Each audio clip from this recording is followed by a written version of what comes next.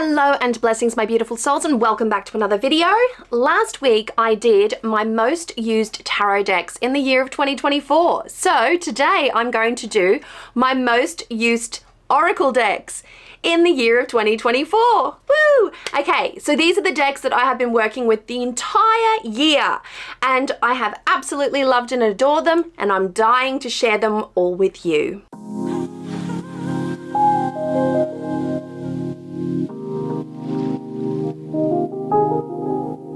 Before we get started into the video, I just wanted to say a big thank you to my patrons for allowing me to keep this channel alive and thriving. If you want to support this channel, please do go over to my Patreon and subscribe. There's so much there for you to enjoy, including my vlog. Alright, so the deck that I'm going to show you first is the one that just lives pretty much permanently on my reading table. You'll know it if you've had a reading with me in the last year, last 2 years, last 3 years, you would have seen this deck. It's this one here. This is the Moon deck. This is an oracle deck that I use as an affirmation style deck. I pull a card at the very end of my client readings, and this is definitely something that you can use as a metaphysical maintenance tool, in which you can pull your affirmation card or your oracle card for the day, and you can choose to sit with that intention in your heart and in your mind. You can repeat it over and over like a bit of a mantra, or you can simply journal with it and reflect upon it and really drink it in. So this is an absolutely beautiful, very soft, very feminine deck. The artwork is charming and pretty. It's a pretty deck. It's very gentle, it's very soft, it's very loving, and it's very sacred feminine in its energy. So that is the Moon deck, my permanent oracle deck that sits permanently on my reader table. All right, well, deck number 2 probably comes as no surprise to you. If you've been with me on this channel for a while, you will have heard me talk about this deck at some point, multiple times. Now, if this is your first time seeing this deck, I want you to brace yourself. Take a deep one, inhale, exhale, and just brace yourself for this, because this is not a typical deck. This is an intuitive deck. There are no borders, no numbers, no keywords, and the artwork is wonderfully bizarre. But I love it. I love it. And so here we go with Soul Cards 2. Now there are Soul Cards 1 and Soul Cards 2. I have been working with Soul Cards 2 for just that little bit longer. So here we go. This is a deck that I use for metaphysical maintenance practices because it is deeply, intuitively soulful. Hence the term Soul Cards. You have to interpret it using your intuition. It hits you in the feels. It is odd, it's bizarre, it's enchanting in a way that is just so unusual. And yet, I work with this deck every time I do a client reading. Every single time, without fail. I've either got Soul Cards 2 or Soul Cards 1. They occupy the space for metaphysical maintenance. This is a deeply unusual deck. It's not everyone's cup of tea, but it doesn't have to be. For it to be effective, you don't need to love it. You just need to work with it. You need to look for your way. You need to build a bridge between what you have inside you and an interpretive concept. Cross that bridge, find that interpretive concept, and start working with this deck. It is extremely transformational, I will say this. You can personally work with this deck for yourself as a metaphysical maintenance tool and listen to its messages on a regular basis, not a daily basis, but a regular basis, and do the practices, align with the practices that best suit that metaphysical maintenance healing concept. So this is a unusual one, but I'm into it. I love it. I'm quite dedicated to it, and I cannot say enough nice things about it. Oracle card or oracle deck number 3 is the Heal Yourself reading cards by Ina Segal. Despise the name of the deck, but vibe hard with the deck itself. Comes with a guidebook. It's very, very worth reading the guidebook. It's quite the companion to the Oracle deck. Here is the backing. Quite pretty, non-reversible. This is a rock pool deck. You are going to find borders. Now the artwork is very, very interesting. It's appealing on a greater sort of sense. There's not a great deal of diversity. That's probably what I can say the most about it. That's its negative point for me. It lacks diversity, cultural diversity, as well as, you know, body image, body shape diversity. I would like to see a little bit more variation when focusing on the sacred feminine. To see that variation, I think it's very, very important. So, aside from that, this is a very, very, very interesting deck to work with.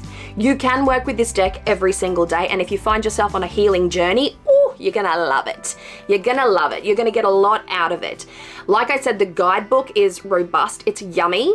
Ina Segal is a well-known author in the mind, body, spirit arena, and she has written that book. I think it's called My Body is a Barometer to the Soul, or something along those lines. It's almost like a spiritual diagnosis. It's quite a big book. I have it on one of my shelves somewhere. But if you've got a headache, you look up headache and it'll tell you like the spiritual root of that issue. So it's very, very interesting. She knows her stuff. She's quite intelligent, and I have resonated quite a bit with some of her work. Now, this deck it's pretty. You know what I mean? It's kind of sexy and pretty, because that's the way that the images are sort of like put out. Like, look at this one. Like, she's got it all going on there. It's very sexy, very feminine, very pretty. And therefore it suits that palette, if you know what I mean. I would say, typically I work with this one at the end of my readings. I pull a card for a little bit of a healing message, especially if I feel like my client needs a little something extra at the end. I always pull a message from Spirit card, but this one comes out if I genuinely feel like a little something extra needs to be given. And because it comes with associated healing practices, so each card comes with its oracular message and then a practice that you can engage in. And that's what I love the most about it, is because it's a tool that you can work with. You can work very closely with this one. It's effective, like it really is effective, especially if you find yourself like in need of a little support on your healing journey, a little guidance. This is a great deck to opt for. Deck number 4 is also one that you will have seen on my socials at some point throughout the year. Love this one. The artwork speaks to my soul. And I'm talking about the Woodland Wardens Oracle by Jessica Rue. Now, if you like vintage botanical, if you like animal-based decks, I just dropped a card. I just dropped another card. I will get myself together here. Here's the guidebook. As I was saying, if you like animal or botanical-based decks, if you like vintage artwork and you enjoy the appearance of animals throughout your decks, you are going to love this one. Don't love the borders. This is the backing. It's very sweet, very forest green. I'm a green girly, I like my green. The artwork is gorgeous. I mean, stop it. Like, this is one of those decks that I got because of the artwork. I'm like, just stop it with your gorgy, kind of like witchy, green witch forest, earthy. I have my favorite artworks in this deck, and I have my least favorite. There are a couple that I don't, 100% vibe with, but these dark, moody, and the way that it's written, it's the ladybug and the sweet pea. So it's so witchy. We have the bear and the cedar for leadership. Such a vibe. What have we got here? The fox and the ivy for adaptability. Like, it's a great tool for meditations, for journaling, absolutely, but it's a good one for spellcraft, especially if you can tap into the totemic nature of the animal, as well as somehow connect with the botanical that it is connected to. So it's interesting if you lean towards that arena of witchiness. So it's a great one for the witches, it's the great one for the magic weavers, it's the great ones for the folk witch, you know what I mean? It's such a good earthy magical deck, and I freaking love it. Like, I find it to be stunning. This is a stunning deck, it really is. What is this, deck number 5? It is, it's deck number 5. I just did a little count. Now this one came to me by way of a PR package from Blue Angel, and I freaking love it. I love it. That is the Soul Mirror Oracle. Oh. Oh. I get a lot of PR packages from publishers and indie deck creators, and I unbox all of them. I don't love them all, but I still appreciate them all. This one here, I freaking love it. I love it. I absolutely love it. This is a deck that I would have actively chosen for myself. Had I seen any images of this deck on the socials, I would have chosen it for myself. So I'm stoked that it was sent to me. Look at this gilding. I love it when they gild. I love it when they gild. Now here we go. Let me just focus a little bit. This is a soulful, shadowy kind of deck. Sort of make friends with your shadow, transmute energy, engage in healing. It's dark, but in a light way. That sounds like an oxymoron, I understand that, but it is dark with the intention of bringing light. That's perhaps a better way to put it. This deck is highly effective, and it's bite size. It's not that I have a short attention span. I can hyperfixate. I have ADHD. It has to really capture me. It has to sort of hit in some way. So I can spend a lot of time with this deck, and I can spend a tiny, minute amount of time journaling with it or pulling a card and ruminating on it, and it's still effective. So it's versatile, it's fun and enjoyable to work with. The artwork is interesting and captivating. I have nothing like this in my collection. Yes, I have a lot of black and white decks. I have a lot of dark, broody, shadowy kind of decks, but this one still is quite unique. And it has a very distinctive voice. It has a very hermit, hierophant, sage, mentor kind of voice. But that voice feels oddly feminine and very gentle, yet very thorough. So just chef's kiss. Chef's kiss for the Soul Mirror Oracle. Now, the 6th and the last Oracle deck in or on this list, I found somewhere on the socials. I saw it. I felt intrigued by the shape of the cards, and I had to have it because I have nothing of that shape. Please know that when I made this purchase, I did so through the eyes of a collector, and I'm showing it to you now because it is much more than a collection piece. So I have worked with this deck. If you've had a reading with me this year, you will have seen this deck in some capacity. Not everyone, but quite a few of my clients did see it. And I vibe with this one. There's such a fresh, modern, interesting energy with it. Anyways, it is the Citadel Oracle. The Fantasy Oracle deck by Fez Inkwright. Now, first of all, love the box. Yeah, that's how it does. That's how we do. Nice big thick guidebook in there, which we love. Here's the magic.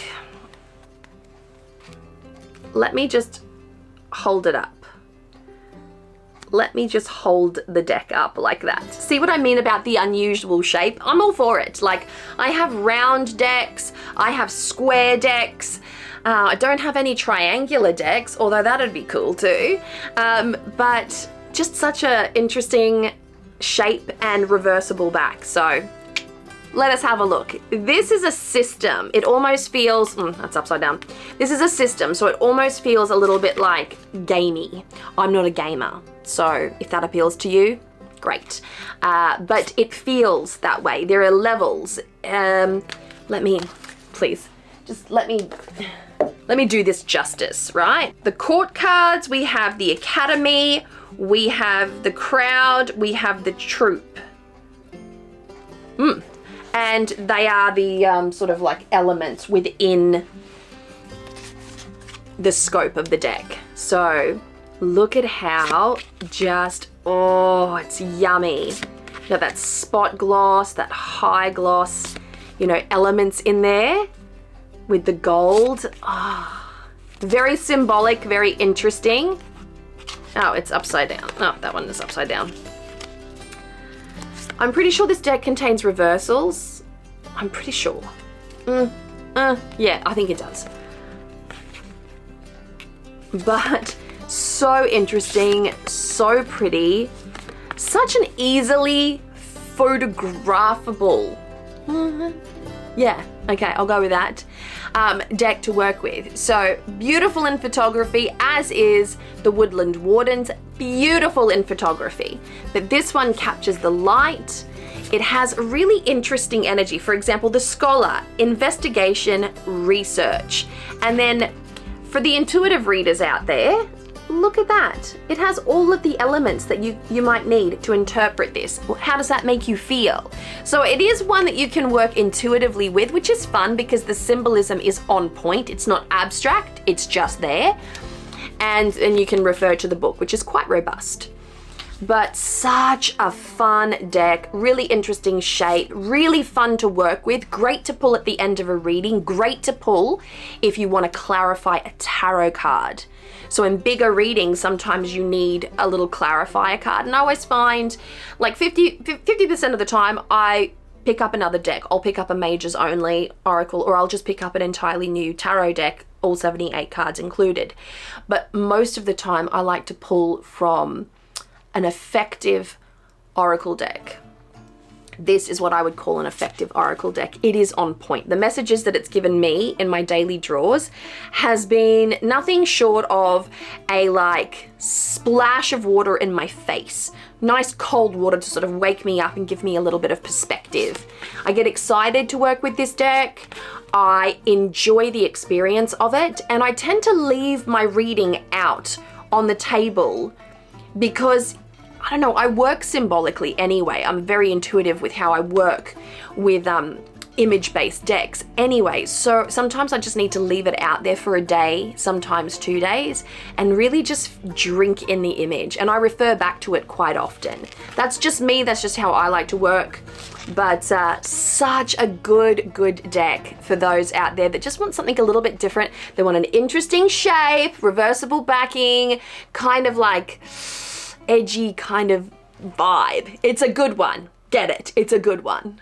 And there you have it, my beautiful souls. That was 6 oracle decks that I have worked with very closely, very thoroughly with throughout the year of 2024. I've loved each and every one. They have given me some kind of like good vibe, some lessons learned, just great perspective, and really interesting threads to weave into advice for my clients. And so each one, you know, holds up in its own way and sort of like possesses this energy of a specific function within my personal practice. Now, this is not to say that you would work with these decks in exactly the same way. I'm very particular with how I do things. So that's it from me today. Thank you so much for hanging out with me. I hope that you've enjoyed this video. Do give it a thumbs up if you have. Don't forget to hit that little notification bell to be notified when I post new videos, all of that kind of good fun stuff. And hey, check out my Patreon if you do like my channel and you'd like to support